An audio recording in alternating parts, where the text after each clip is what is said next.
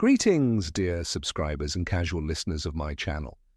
Have you ever thought about what truly drives a person to embrace the path of darkness? What if evil is not born but shaped by pain, loss, and ambition? In today's video, you will uncover the tragic and chilling story of the boy who became Lord Voldemort.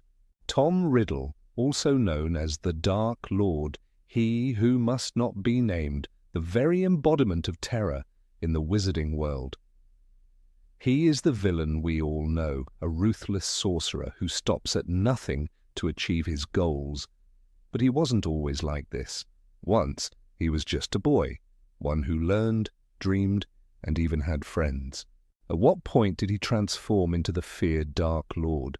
Did the darkness take root in his childhood, or was it a decision he made as an adult? And what was the turning point that led him down this path? Let's unravel the mystery. Wrap yourself in your invisibility cloak and let's begin. The origins of Tom Riddle.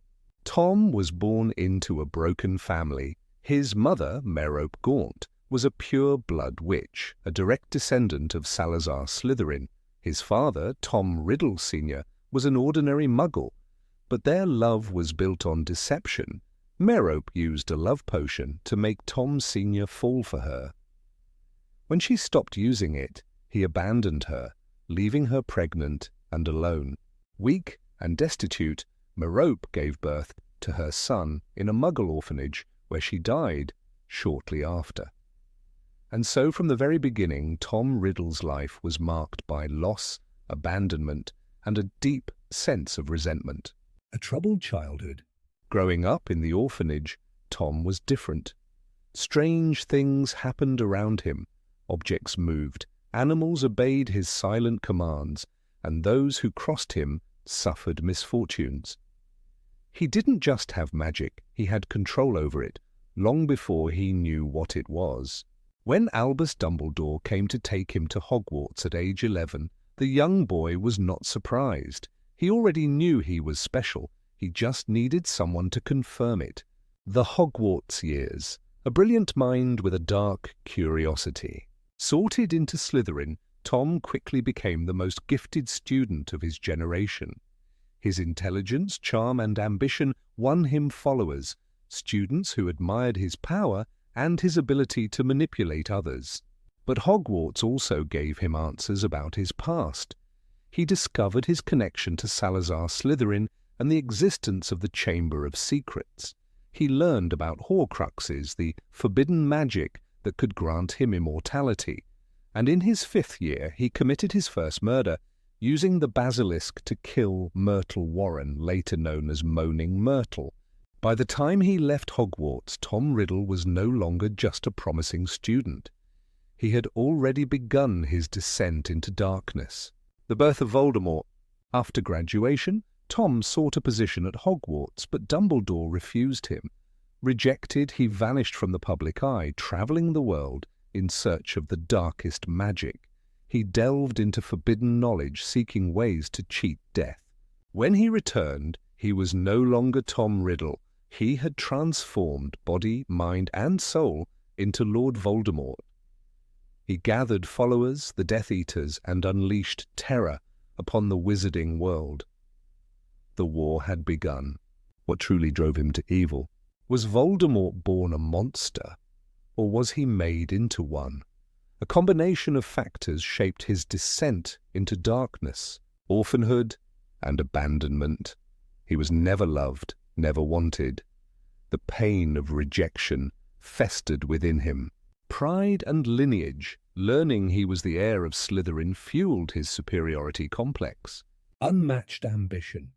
He didn't just want power, he wanted to be the greatest sorcerer who ever lived.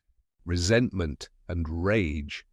He despised his muggle father for abandoning him and his mother for being weak. These forces twisted him into the Dark Lord we know.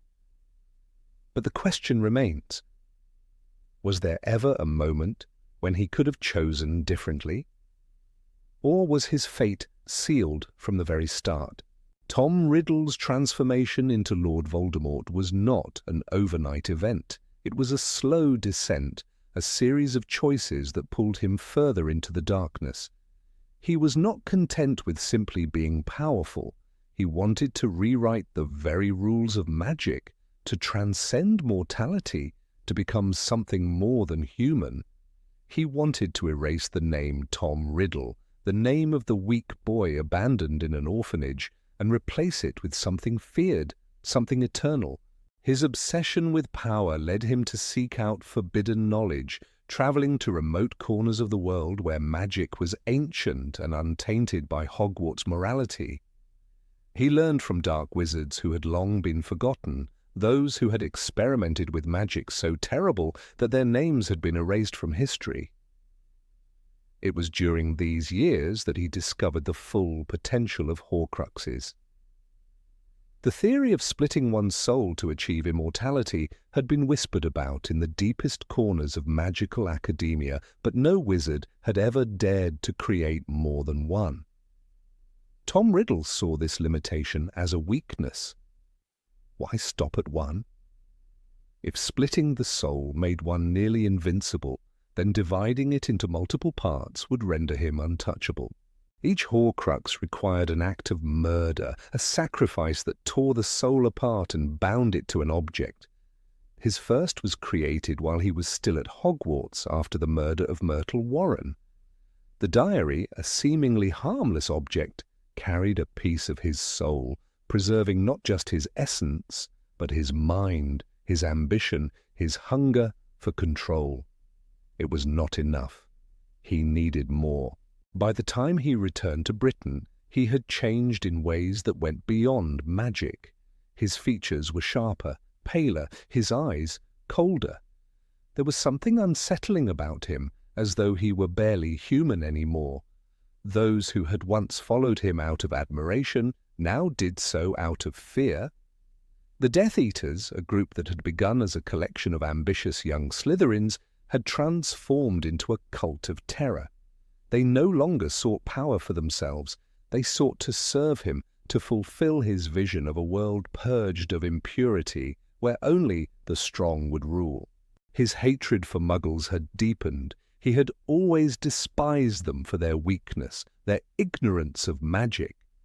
But it was personal now. His father had been a Muggle, a man who had rejected his mother, rejected him, turned his back on magic as though it were nothing. That rejection burned within him. When he finally tracked down his father and his grandparents, he did not hesitate. The Riddle family was wiped from existence in a single night. He left their corpses in their manor, their faces frozen in expressions of horror. The Muggle police were baffled. No signs of forced entry, no visible wounds. It was as though death itself had walked through their home.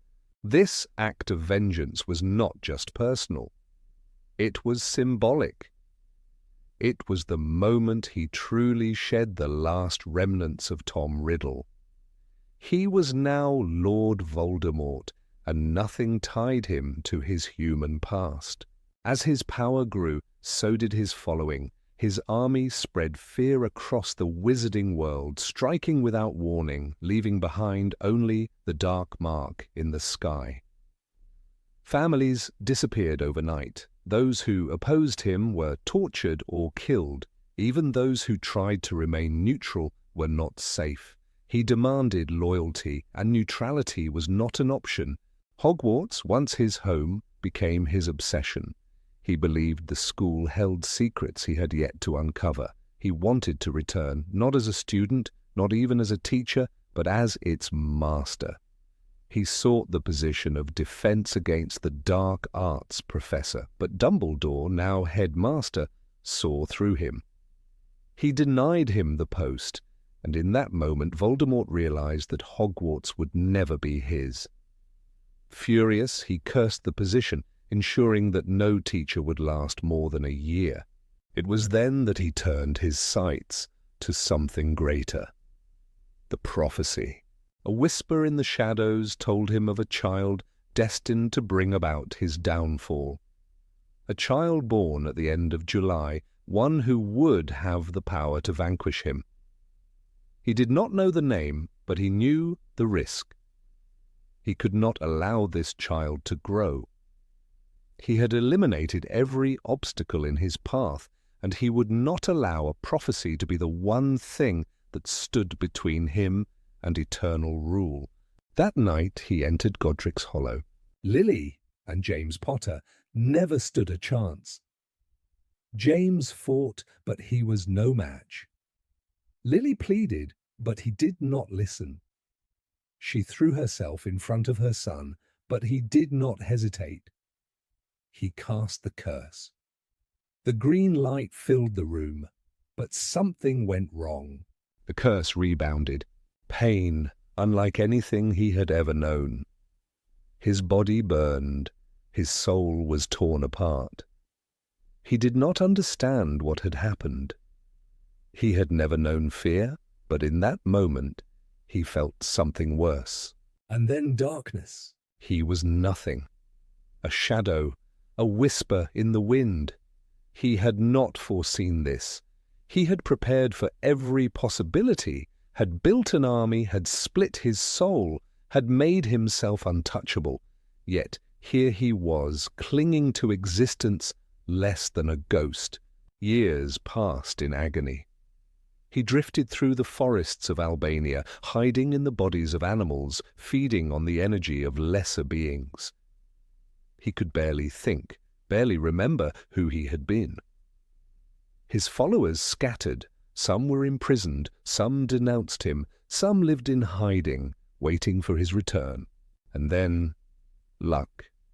A follower still loyal, still searching.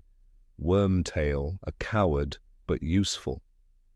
He carried Voldemort to safety, helped him regain strength, brought him back to the edge of the world he had once ruled. The rebirth was gruesome, dark magic beyond comprehension, a ritual soaked in blood, a sacrifice of flesh, a stolen bone, the blood of an enemy. His new body was stronger, but unnatural. His eyes burned red, his face was less human than ever. He had returned, but at what cost? The world had changed. Harry Potter had survived. The wizarding world had rebuilt itself. He had been erased from history, reduced to nothing more than a whispered nightmare. He would not allow it. Voldemort waged war once more, but this time the battle was different. He was no longer the unseen terror of the night. He was exposed, and his enemies had grown stronger. Dumbledore, the Order of the Phoenix, Harry Potter. They stood in his way. He sought the Elder Wand, believing it would make him invincible. He sought to destroy Harry, believing it would complete his victory. He sought to rewrite the ending, refusing to accept that fate had already sealed his doom. But fate does not bend for anyone. The final battle. The Great Hall of Hogwarts. His army was crumbling, his followers falling. The wand in his hand was not truly his, and across from him stood the boy who had defied him again and again. He cast the final curse, and once more it rebounded. The Dark Lord fell. His body hit the ground. No grand explosion, no scream of rage, just silence. A man who had feared death above all else, now lying lifeless. And so ended the tale of Tom Riddle. Or did it? What truly happened to his soul? What became of the fragments that had been torn apart, scattered across the world? Did he truly die, or was there still a piece of him lingering, waiting, watching? Tell me, dear listeners, do you believe that Voldemort is truly gone, or could